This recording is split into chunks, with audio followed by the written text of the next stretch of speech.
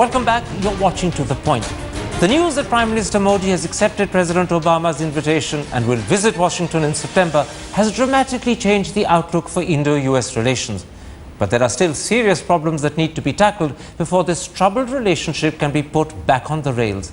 So tonight we ask, how significant will this visit be? And what do the two heads of government need to do to ensure a positive outcome? My guests are the foreign editor of The Economist, Edward Carr, India's former Foreign Secretary and Ambassador to Washington, Lalit Mansingh, former Ambassador to China, Pakistan and USA, K.S. Bajpai, and the well-known foreign affairs analyst, C. Raja Mohan. Mr. Mansingh, it's been announced that Prime Minister Modi will visit Washington for a meeting with President Obama in September when he goes to New York for the United Nations General Assembly. As someone who served in Washington and also been Foreign Secretary, how significant is this development? Well, this is very significant because, as you know, for the past 2 years, Indo-US relations have been in shambles. Didn't resemble very much like a strategic partnership. So the two leaders have to sit down, bring the relationship back on track and look at the future. And this gives them a good head start in trying to do that. It gives them a good head start, and I'm glad that President Obama has used the opportunity of the UNGA to invite Mr. Modi to Washington. This had been done in the past with Mr. Vajpayee, although normally Washington doesn't accept state visits or official visits during the UNGA. Professor Raja Mohan, is this proof that the US decision of 2005 to revoke Mr. Modi's old visa and to deny him a new one is no longer a factor in Indo-US relations, and that Mr. Modi has firmly put the past behind him? Absolutely, and I think the US was a bit too late in recognizing the folly of persisting with the visa denial because the Europeans, even the British, had caught up with Mr. Modi. So I think what Mr. Obama has done is to use the current political transition to make a quick course correction and to take the opportunity to invite him. And I think on his part, Modi has made it clear that, look, he bears no personal grudge. He's going to build the relationship with the US on the basis of India's national interests. So I think whatever the difficulties we've had in the last year and a half, I think this can be a good beginning. And in the next 3 months, the two bureaucracies can, if they get their act together, there should be a fairly substantive, consequential outcomes from this visit. Now, Mr. Bajpai, according to the Hindustan Times, this is going to be a one-day meeting. Will that include a ceremonial or a working lunch or dinner at the White House, and therefore give the two heads of government an opportunity not just to establish a personal relationship, but also some sort of rapport with each other?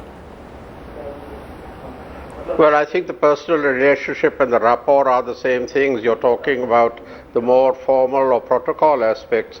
I think that has not yet been worked out, and I wouldn't attach any importance to it anyway. I think the point you've made about the personal rapport and a working relationship is the vital aspect, and that certainly is enough time for that on a day's visit. But a day's visit at least helps that begin, does it not? That's what I say. It's very important. It can be done on a day. Edward Carr, is this a sign that Sorry, please finish. Go ahead. No, I was just going to say that just because it's one day, we should not underestimate the importance. Edward Carr, is this a sign that Washington views Mr. Modi as an important leader and is determined to put the bilateral relationship, which in recent weeks and months wobbled over the Khobragade affair, over trade issues, over lack of progress on the civil nuclear front, and now is this a concerted attempt to put it all back on the rails as far as Washington is concerned? Well, Obama once called the relationship with India potentially the defining relationship of the 21st century. And of course, it hasn't lived up to that billing at all in recent years. I think it's important for America both economically but also strategically. Strategic for its whole position in Asia and in fact his whole foreign policy vision, which is to try and work with other countries rather than to have a truly dominant America. Let's then focus, gentlemen, a little bit on the actual problems that belie this relationship, because at this moment, as you said, it is a troubled relationship, and if this visit that's going to happen makes meaningful sense, it will only be if those troubles are allayed. How much strain has the Khobragade affair placed on this relationship? How much damage has it done? And has that damage been repaired? And if not, how easy will it be to repair? But it shouldn't be difficult. You know, the Khobragade affair was not the cause of the breakdown, it was a symptom. The trouble started about 2 years ago with the Indian budget in 2012, and that created misgivings with US business. American business has been on the war path against India for a variety of reasons. Explain what about the 2012 budget created misgivings, because many people may not understand. Well, first of all, you had the retrospective tax provisions in the budget, which created a problem with foreign investors in general. Then you had the slackness on the reforms, that many of the reform bills were not passed by the UPA government and were getting shelved. Then you had the problem of intellectual property rights. We have 12 disputes with America in the WTO. And then finally, you have issues like local procurement rules in various joint ventures in India.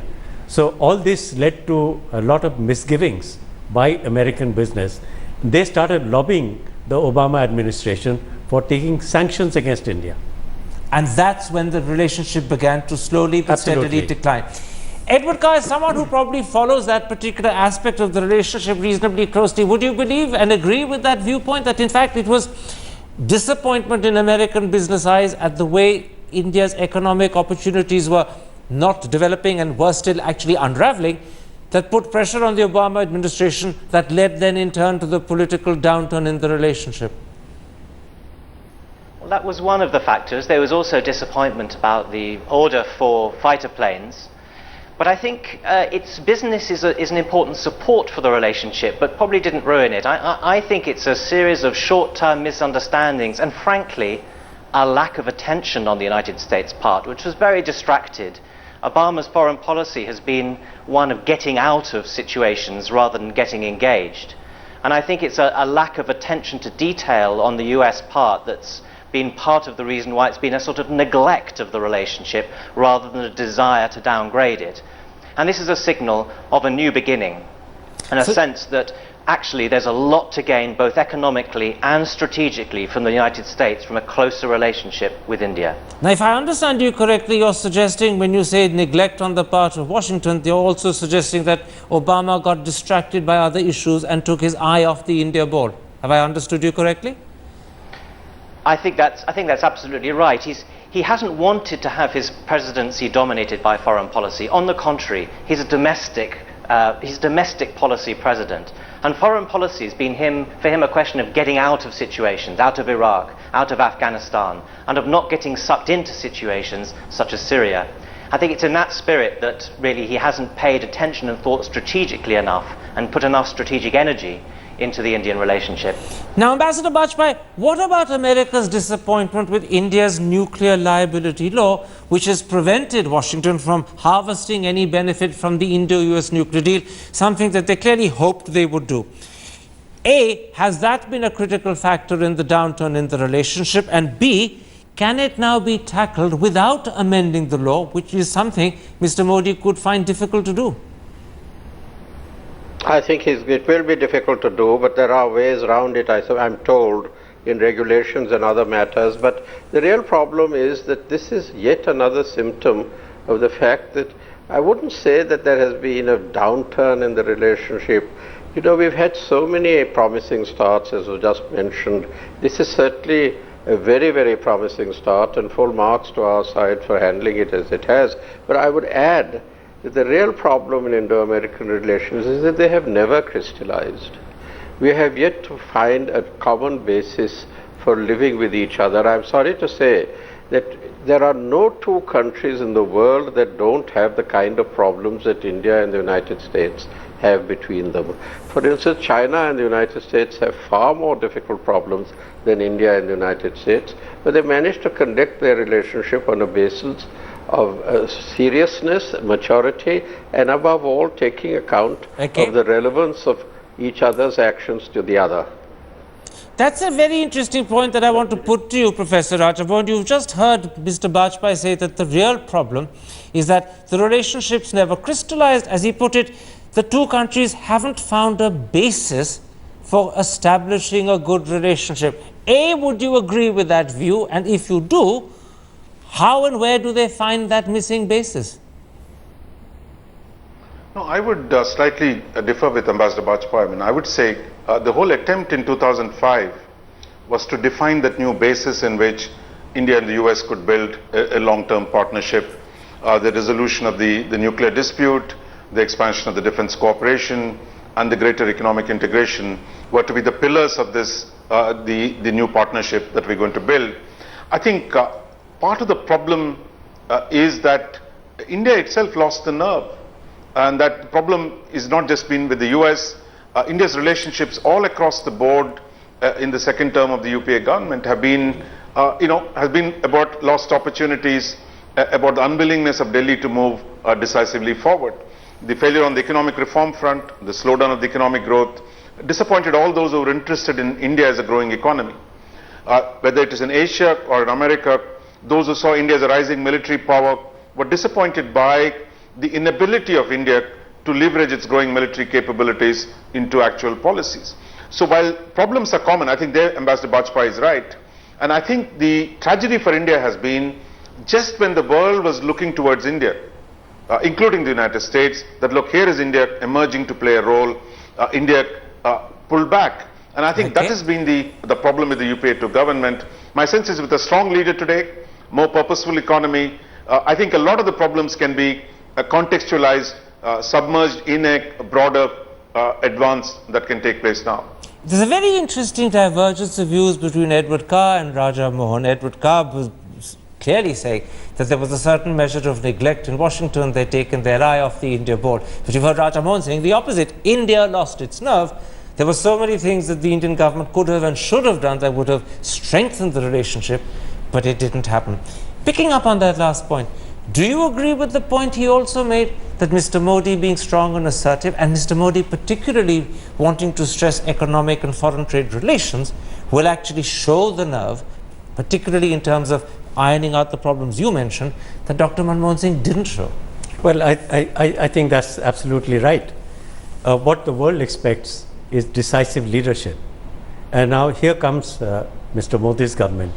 The manifesto talks about a resurgent India wanting its rightful place in the Committee of Nations. Now here is India emerging again, as it did 10 years ago, to say we have arrived in the world scene, we want to play a major role in the world, and we want you to cooperate with us. So many of the problems that we mentioned were problems of indecision, problems of ambiguity by the leadership. So I take it that this new approach will get rid of that approach and look at it afresh. Edward Carr, India is particularly keen for stepped up investment from the United States. Now at the moment, India ranks 134th out of 189 countries as a place to invest. What would US investors be looking for from Mr. Modi before they commit large sums of money to this country? Well, they'd be looking at a sense of whether he's going to live up to his promises, a sense of whether the Indian markets are going to open, and that there will be, if they invest here, that their investments will not be subject to random taxation and retrospective action. That's what they're looking for. What the United States is looking for, I think, is partly economic, but it's also looking for something strategic. If you listen to the President's address at West Point recently, where he set out his foreign policy, he wanted the United States not to be unilateral and not to be isolationist, but to be the leading power that worked with a concert of powers, all who shared common interests in a world that worked according to decent rules of democracy. It wants to be a country that joins with other countries, and I think he sees India as exactly the sort of country that should be working with the United States as a partner, but hasn't been. One of the problems that's held India back in its relationship with the United States, Mr. Bajpai, is a certain inability to accept the United States as a natural ally. I know Mr. Bajpai coined that phrase way back in 2000, but having coined it, he never really implemented it. And one of the problems was, in fact, this inhibition. Do you think Mr. Modi will be able to get over that inhibition? Well, the inhibition is very widespread. There's no question in my mind. There's a mystery here which I have never been able to solve.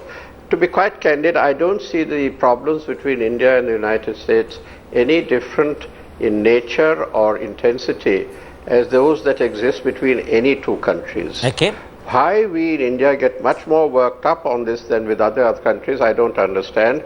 We have always had people urging us to have good friendly relations with countries who have done us far more harm than the United States has ever done. I don't need to specify. And yet, when it comes to anyone saying, well, let's make up a good friendship with America, we are always accused of being selling out to the Americans. I really don't understand the psychological hang-ups here, and that has been the greatest innovation of all. Now, Professor Rajamon, there is one area where, in fact, there is an enormous compulsion upon the Indian government to come closer to the United States, and perhaps it's going to be reciprocated on this issue as well, and that's Afghanistan. America has announced that its troop levels in Afghanistan will be down to just 9,800 by January, to half of that by 2016, and to virtually zero by 2017. Is that an issue that raises implications and concerns where the two politically need to talk and perhaps come closer together strategically on handling the withdrawal from Afghanistan and the potential backlash India could face? Absolutely, and I think the two levels to the problem, and I think as Ambassador Vajpayee said, look, I think we have so worried about American power, that how American power constricts us, contains us, limits us. That has been India's predominant fears over the decades, which limited India's engagement with the United States. But the American retreat from Afghanistan will tell you that America today is a weaker power, and that most of India's challenges are not going to come from a strong America, but probably from a weak America and the rising China. And I think unless we come to terms with that, that look, the power shift is taking place, that the pressure today on India is going to come from Chinese power, then I think we can think about the relative, how do we engage both in a very different framework. Okay. More specifically on Afghanistan, I think even after the US withdraws, in the next 2 years, I think before the withdrawal, we need to work with them, we need to work with the entire West to make sure that they're not going to leave a bigger mess than they're likely to at this point of time. Put this in concrete terms for me as a former Foreign Secretary and former Ambassador to America. What are the specific things Mr. Modi will want to hear on Afghanistan from President Obama? Because by September, we'll be very close to that level of 9,800, which is just a small number of American troops. Well, I think what Obama will tell Mr. Modi is that the withdrawal is taking place, that's a reality. But we expect you to play a bigger role in the transition, which is not something that the Americans had encouraged. What sort of role would Obama be looking for? Well, we have a strategic partnership with Afghanistan. President Karzai has given a list of the things that India needs to do. So fulfill his weapon requirements? Weapon requirements, training requirements, take interest in the political transition. So Dr. Manmohan Singh was reluctant to do it. Do you think Mr. Modi will be more willing? Well, you see, problem with Dr. Manmohan Singh was there were always mixed messages. Good pronouncements on theory, but not enough follow-up. I think what will happen now is that the follow-up will be good. And that is a good symptom. But I would add two more factors. Quickly. The Japanese factor, because Japan is also asking for stronger trilateral links.